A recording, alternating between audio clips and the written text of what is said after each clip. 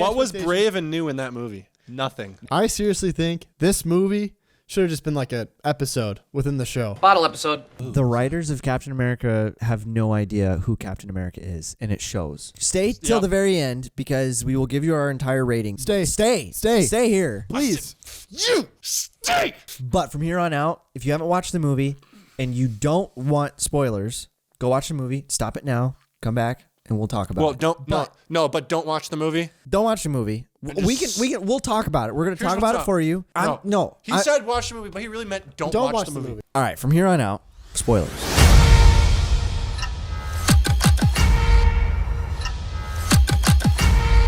How we rate movies is based on an excitement equality or entertainment equality. So we rate entertainment based on how's the story, how is the action, how, just in general, how is it entertaining to you. The entertainment value is more of it's fun, but then there's a quality aspect of it. How was the cinematography? How was the story? So essentially, both of them intertwine with each other. There's a difference between Iron Man 3 is entertaining. Iron Man 1 is more quality and much better movie and story. Agreed. Aaron, go ahead. What do you got? I would say, after watching in the movie theater, because it just came out, whoa, that save your money. Do not go watch this movie. Captain Marvel is better. Actually, yeah, Captain Marvel was a better movie. There was better character development. This is perfect for kids. Great brain rot kid thing. For iPad kids, go out and watch it. You'll love it. Because the kid next to me was like, it's Megamind. Look at his head. All he said was, the entire time, I'll tell you, it's Megamind. Oh. I had low expectations going into it. I'm a big Harrison Ford fan. Gustavo Fring's in there. Pleasantly surprised, hopeful, but I think it was poorly written. Character development sucked, and I think the payoff at the end just did not hit for me. Bluey has way better stories than Captain America: Brave New World. Yes.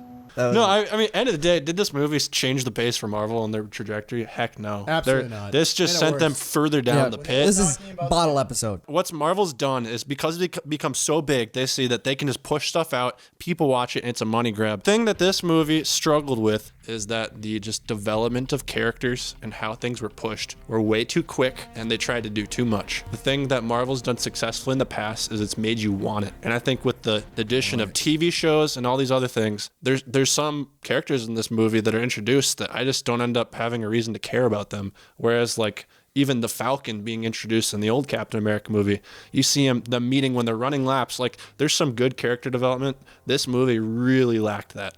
I think the casting took me out of the movie. Like, felt kind of like a C Squad. I mean, Isaiah running reminded me of the movie Get Out, where the workers just hightailing it out there. It's kind of like a meme. And then Harrison Ford, I love Harrison Ford, but Air Force One, I wanted him to just say, get off my plane.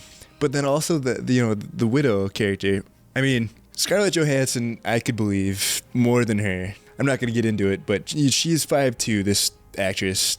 Maybe she's a good actress, but it was just a little distracting. And then Gus from Breaking Bad, like, I didn't know what happened there, so. It was such a waste. It's like they bring this big character, and Gustavo Fring, like, he's just such a menacing character on screen. He's so fantastic, and they put him on and make him, he's such a joke of a character. Yeah. It's like, they could have left him out. I thought it was really cool when he was doing the shooting at the truck.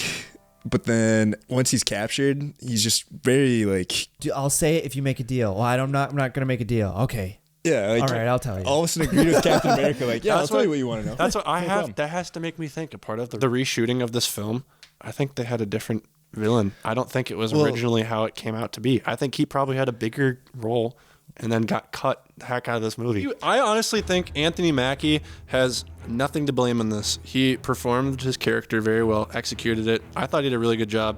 I think for where the comics take the Falcon into being the new Captain America, that's fine. They're doing great with that. I think the people to blame are the story writers that are being pushed to promote these movies and how they're executing it and deferring from the comics. I think Anthony Mackie is the guy, and I think he has been let down. I don't think he's been letting us down. I have no problems with the actors because I've seen them in other movies that have done a fantastic job. Harrison Ford has gone through an amazing career.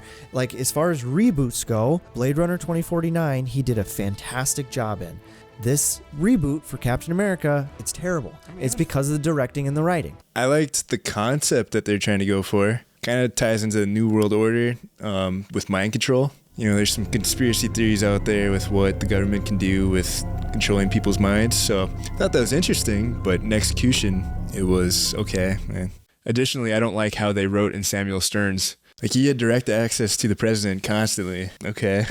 Right. He's just talking trash to the president this whole time, and nothing ever happens, really. Right. Just pisses him off, and then comes the Hulk. If you watch Incredible Hulk, Thunderbolt Ross's character, he was a bad dude. And then this movie, Harrison Ford's rendition of Thunderbolt Ross, I mean, he actually was a really good dude, and I actually feel like it resonated a lot with him. But then him becoming the Red Hulk, it wasn't his fault at all in this movie. He was tricked into doing it. They kind of acknowledge it in the end when he's talking to him. He's like, it's really cool to see you take accountability for this. But it's like, no, you didn't actually do anything. You got tricked to taking red pills when he was dying. So it's like, it was kind of stupid. They like deviated from who Thunderbolt Ross was, but then still kept it and making him the bad guy. But he didn't actually do anything wrong.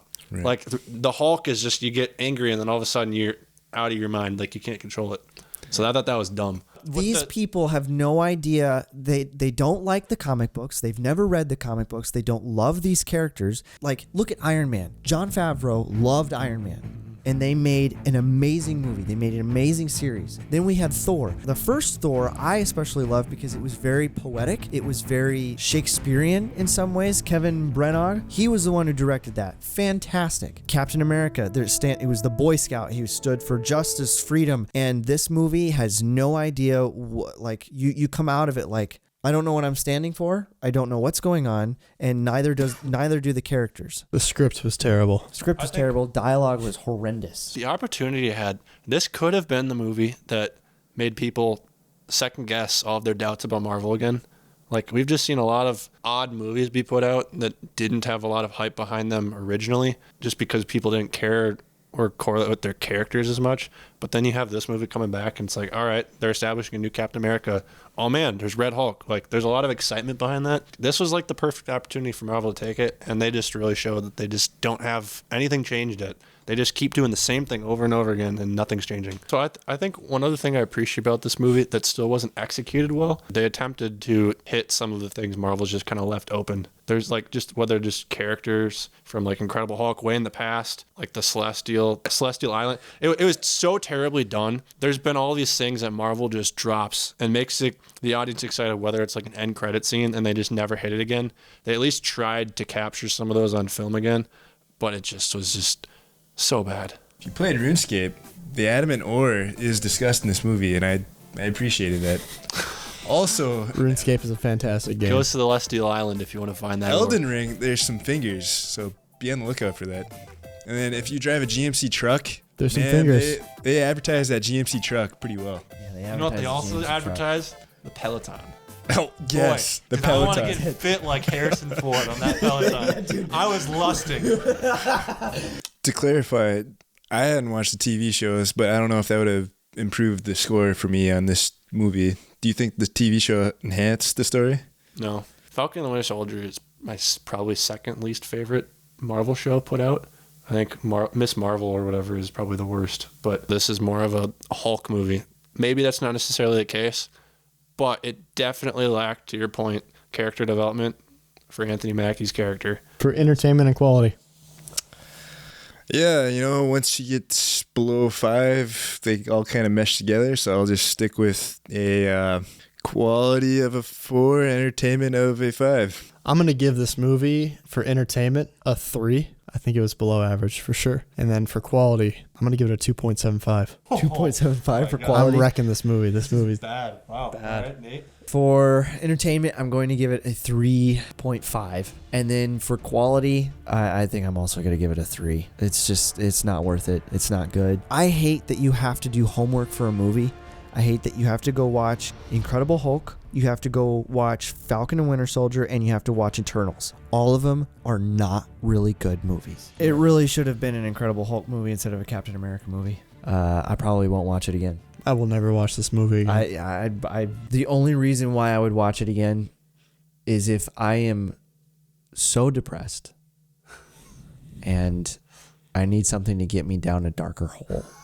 Oh my God. I think for entertainment, I'd put it as a 6 just because I get easily entertained for watching a movie. It's really bad. Like, it's it was something to watch. Peter sees action, likes action, rates it high. Yeah, exactly. I agree.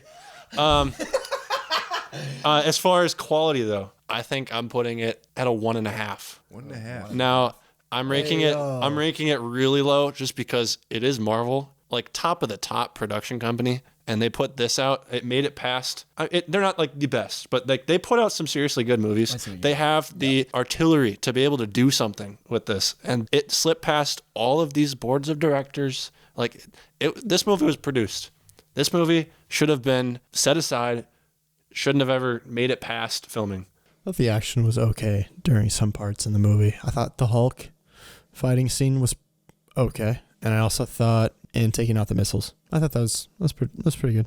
I like that action. Other than that, no, I didn't have anything else. It's definitely rated PG-13. If you're a fan of action and adventure, this is definitely a movie that has a little bit of that. There is some language. There is a little bit of gore. It's not a movie that I would say go watch in the theaters. I would say if you want something that is like a good story, first Captain America is phenomenal. I'd reiterate what Nate said. This is not a movie you watch. That's just it. No. That's really good. So this was our review for Captain America: Brave New World. What a fantastic movie. So these are the ratings for Captain America: Brave New World. Do you think it was brave? Do you think it was new? Should we be watching this movie? Is this something that you want to continue doing? Do you think that we should continue watching Marvel movies? Would they give us this dumpster fire of garbage dog water?